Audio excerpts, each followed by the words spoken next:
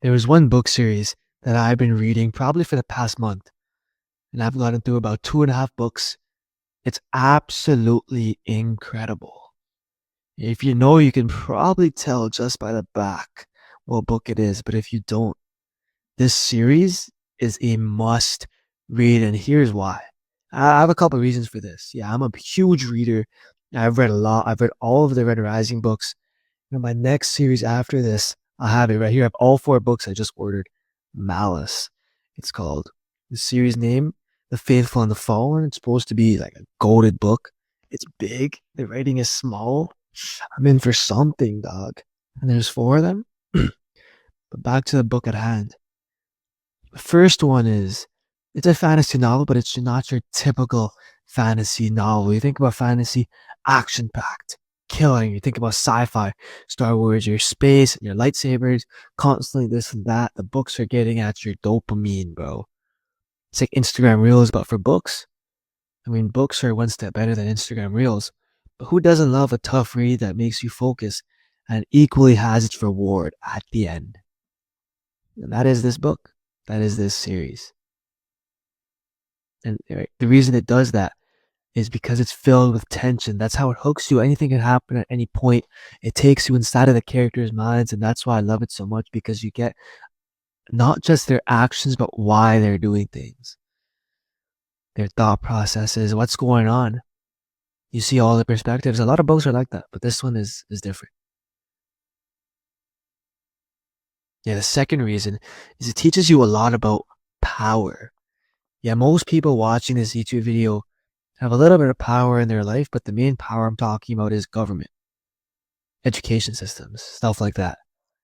In the series, they don't really care about other people. It teaches you how governments work and how they stay in power and what their desires are in a fun way. That's what I've learned.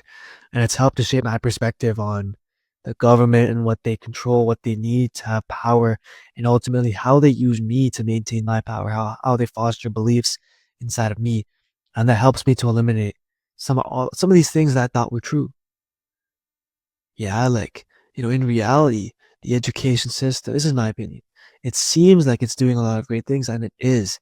And although it could be better, it also needs to remain not too expensive. Yeah, it needs to be good enough to where it impacts the next generation, so the next generation can make money. Yeah, it's a return on investment, so we can become workers and give back to the economy.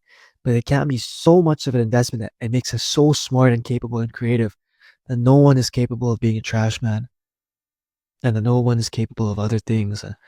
This book really helped me to learn some of those things. And if I think it is about time, I've been rambling about this series that I really, really enjoy. It does have a movie adaptation, and it's called Dune. This is the third one, Children of Dune. The second one by far is my favorite. The ending of the second book is amazing. I'm not going to spoil anything, but the character development of Paul, all of the politics, how power affects people. But the most beautiful thing that I loved about this book, the lesson, yeah, the goal. I'm not gonna spoil anything, by the way.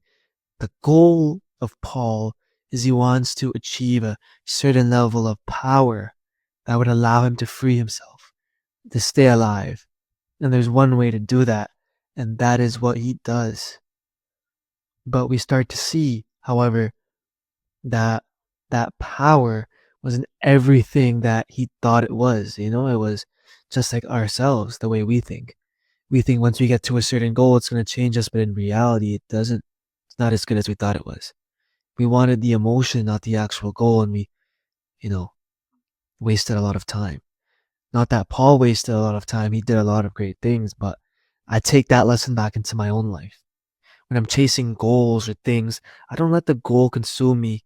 I make sure that the goal is, I love the process of it, the emotions that it elicits inside of me, because that goal is not going to magically save me. And in reality, sometimes those goals can be put onto us, forced onto us by other people. But in reality, we want different things. And so that's the biggest thing that I took away from this book. People will put all sorts of things on you to force you to become a certain way, to become a certain person. But at the end of the day, make sure you know what emotion it is that you want, that you yearn for, and choose the emotion every single time over the goal. Choose yourself over every single materialistic thing. Or choose to serve others, to help others as much as you can over anything. Have a good night.